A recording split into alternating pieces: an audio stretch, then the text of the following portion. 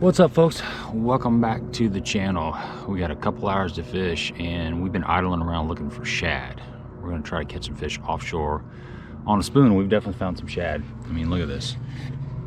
We're in 30 feet of water and there's shad all the way up to about 17. So this is the bottom right here and this is all shad.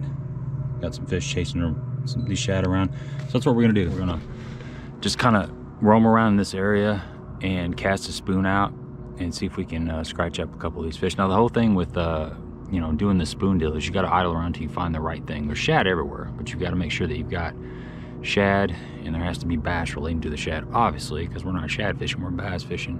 But you got to be patient and just keep idling. I've been idling around for quite a while until we found this big ball of shad, and there's a lot of, it just feels right in this area. So we've literally got about an hour and a half to fish. The sun is setting. We got Finn out here. What's up, Finn? Wake up. She's all snuggled up. She's got her sweater on because it's like 36, 37 degrees out here. Had a major cold front come through. And it's that time of year, man. It went from fall to winter. So we got some winter fishing. This is going to be offshore spoon fishing. Let's see if we can catch a few fish.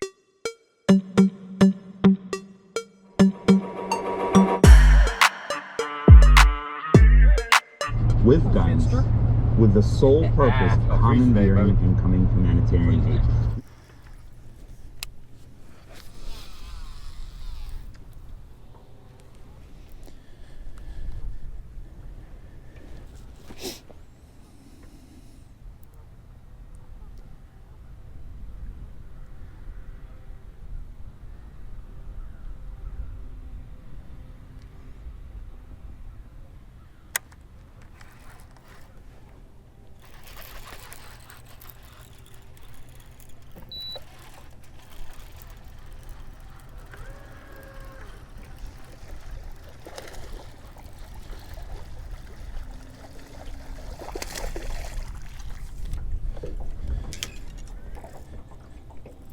Yeah, got one.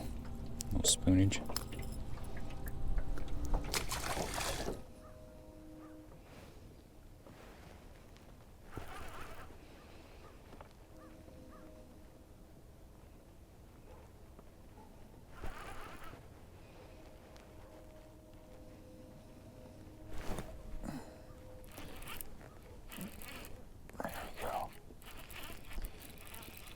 There we go.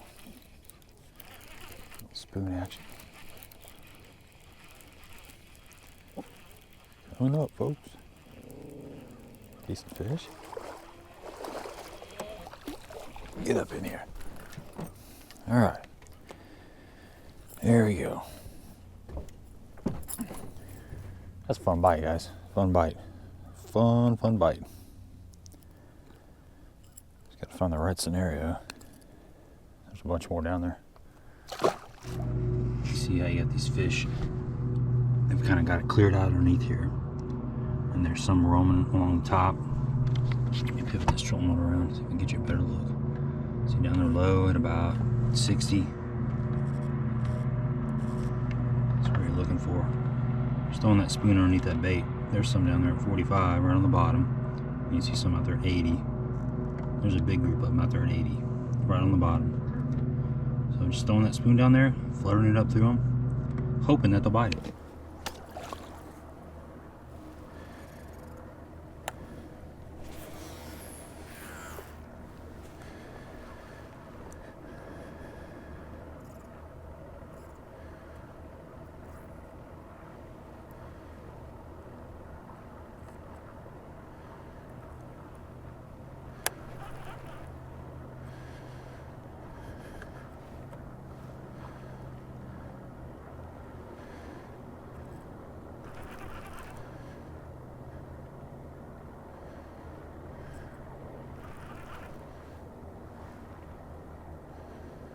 How do you lose this freaking spoon?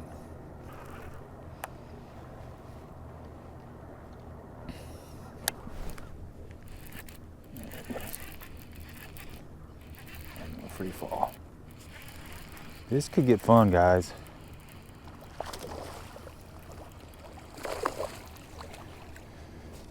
Here we go. Little black lips on that guy. Them old black lips. All right, let's do it again. All right, I'll show you the retrieve. There's 2 retrieves that I do with the spoon. You know, we're just kind of idling around here. We're looking for bait. And when I see some fish relating to that bait, I'm just gonna make a cast out there. And I'm gonna free spool it like this, just let it fall. But keeping your rod tip low, and you're actually watching your line, because sometimes they will hit it on the flaw. So if you're fishing at 30 feet deep and it stops about 20 feet down, engage the reel, set the hook. But just letting it free spool like that. And once it gets down there to the bottom, clicking our bell, not our bell, just clicking the reel. And then we're just making 1, 2, 3, 4 quick reel turns. And just kind of following that spoon back down. And you want to keep your rod tip kind of low, so that way when you do get a bite, you can set straight up. That's the main way. And so just 2 to 5 reel cranks, depending on how high you want it up off the bottom. And doing it this way, you get more of a horizontal retrieve. It only gets up off the bottom about 5 or 6 feet most of the time, but it shoots forward a little bit, and the spoon naturally falls back. So you're going forward, you're going back into the fish, forward, back into the fish. That's one way. Another way is if you're wanting to keep it more vertical and not move it so horizontal, same thing, you'll cast out and just let it fall. You're always going to let it fall. Let's pretend it's on the bottom, but instead of doing the real, you know, the real turns like that, you're just going to take your right hand, grab the bottom, the butt part of your rod, and just kind of do this. So that's going to make that jig or that spoon jump up more vertical versus horizontal. And you got to play around. You know, sometimes they want it shooting across the bottom. Sometimes they want it just jumping up off the bottom. That's the 2 main retrieves that I do.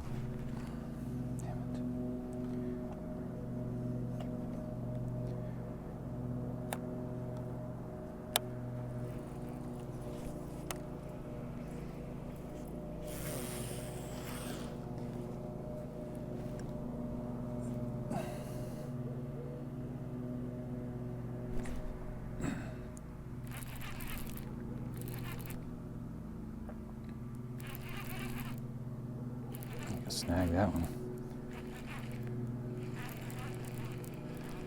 Fight.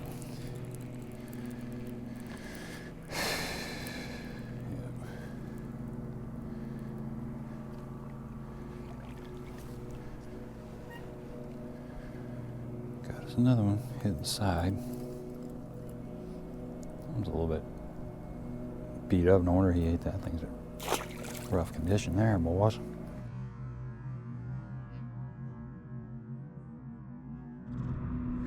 Fish right here, just pushing that shad, just kind of just running through there with their mouth open. There's some fish right underneath the boat.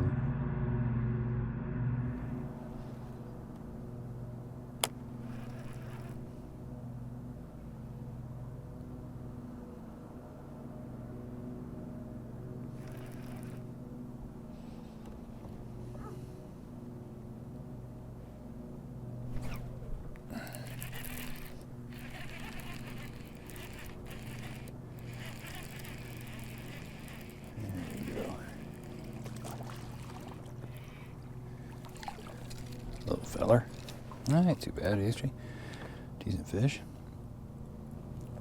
This is fun, man. It's fun. You got to play around with the cadence. You know, they're wanting it just reeled a few times and letting it fall. So keeping it fairly close to the bottom. And we're just fishing underneath this big ball of shad. And you can see the fish right here. This is all fish down here. I'm letting that spoon, just fish breaking that up, letting that spoon go all the way to the bottom. And just hitting it up off the bottom about 5 feet probably. If you get too far, it doesn't seem like they want it. All right, let's talk a little bit about the spoon that I like to use when I'm doing this. Most of the time, it's just a white spoon. This is like a 4 to 5 inch spoon. It's gonna weigh about 1 ounce. They come with flashabou on the hook, and depending on how the fish are reacting, you know, I have some that don't have the flashabou on it, just a regular treble hook like this. And then we've got some that have the flashabou, but most of the time it's white. Chrome is another good color, and gold. That's basically the 3 colors that you need in our neck of the woods. And as far as equipment, just a 7'3" to 7'6" heavy rod. The rod I've got right now is my chatterbait rod, and it's a little bit soft. This is just a Virtus Acura series, but it's a 7'3" medium heavy. In my opinion, heavy rod's a little bit better as far as hook penetration, but that medium heavy is going to keep them pinned, because you do lose a lot of fish on the spoon. It's just a single treble hook, and they got a lot of leverage. You got a 1 ounce piece of lead there, and it's swinging around. 15 to 17 pound test, fluorocarbon. I never do it with braid. It's always fluorocarbon.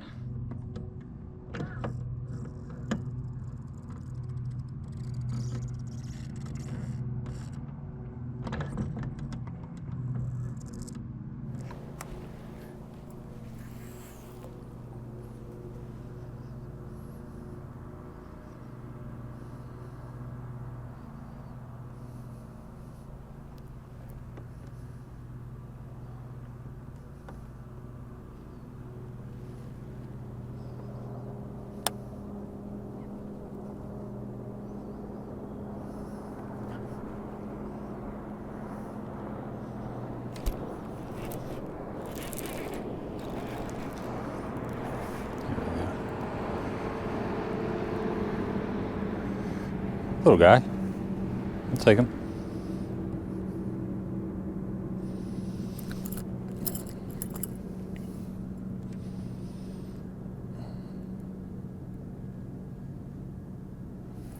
All right. There's more down there.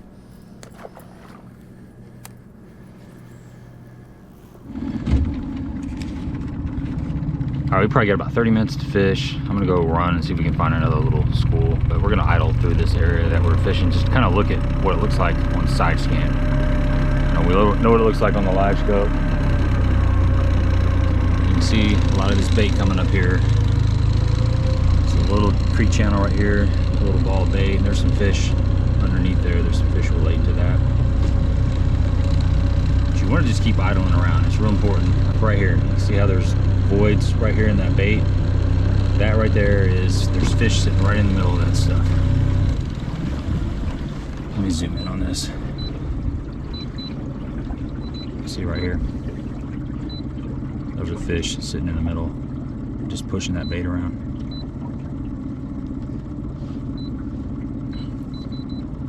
There you go. Now this is what we're fishing right here. This is why we were catching fish right in this little area. Bunch of shad. Look over here in the side scan and see all these little dots. Those are all fish on the bottom. Just individual fish.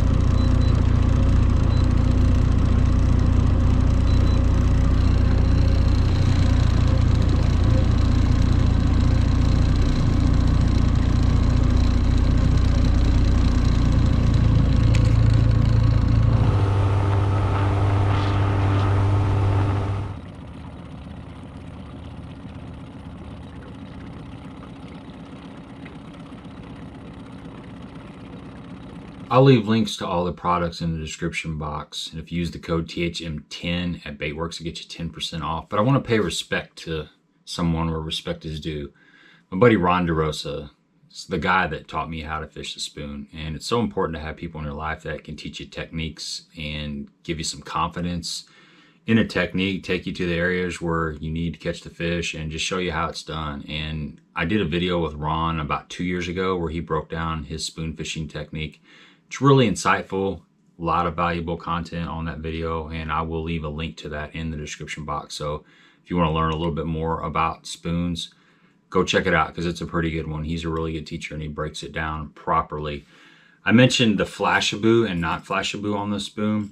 This is how this spoon comes. It comes with the treble hook with the Flashaboo, and sometimes they want that, sometimes they don't. So you need to have a couple spoons with the Flashaboo and a couple spoons without the Flashaboo. One more thing about the spoon that I will tell you is you need to have a swivel.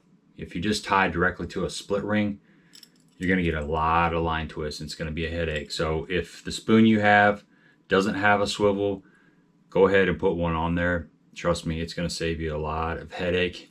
Another thing you can do to help keep the fish buttoned up is add an extra split ring. Let me grab this one off of here real quick. Adding an extra split ring to the treble hook area right there, it's going to allow that hook to swivel just a little bit more, because what happens is, this is the same thing that happens with a glide bait or just about any treble hook bait. If you don't have a swivel or some sort of point where it can rotate like that, these fish are gonna grab it and the hook is gonna eventually pop out when it gets bound. As the fish is jumping, this thing's gonna rotate and it's gonna reach a point where it no longer rotates. That's when your hook gets pulled out. So having a split ring on there just gives it a little bit more range, and you're gonna catch a lot more fish with that split ring.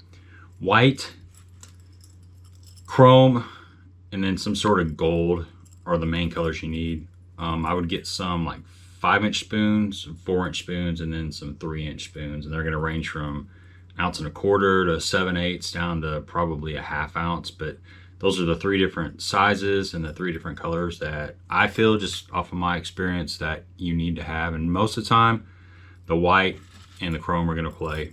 You just have to try them out, buy the 3 different sizes and the 3 different colors, and just tie all 3 of them on. That way you got them tied up, and just experiment and make a few casts with each one once you find the bass relating to the shad. And you'll figure out, they'll let you know. They'll let you know pretty quick if they show a preference for one. And then you also gotta have a few with the Flashaboo. But that sounds complicated. Just keep it simple. Buy you a couple spoons and just go out there and experiment. It's a really fun time. It's a fun way to catch the fish. There are days when you'll catch 30 or 40 fish. The day that we have in the video here, it was a little bit tougher. I actually ran out of trolling motor battery juice. I've got that taken care of now. I switched to lithium, so we shouldn't have a problem. But there are days when you can just really smash them when it's on. So get out there. If you find a nice mild day in the winter, get behind the wheel, get behind the tiller, graph around, find the right scenario, pick up that spoon, make a few casts, see what happens, and you'll have fun. Hey, give me a thumbs up if you appreciate the content, and a subscribe would be greatly appreciated. Till next time.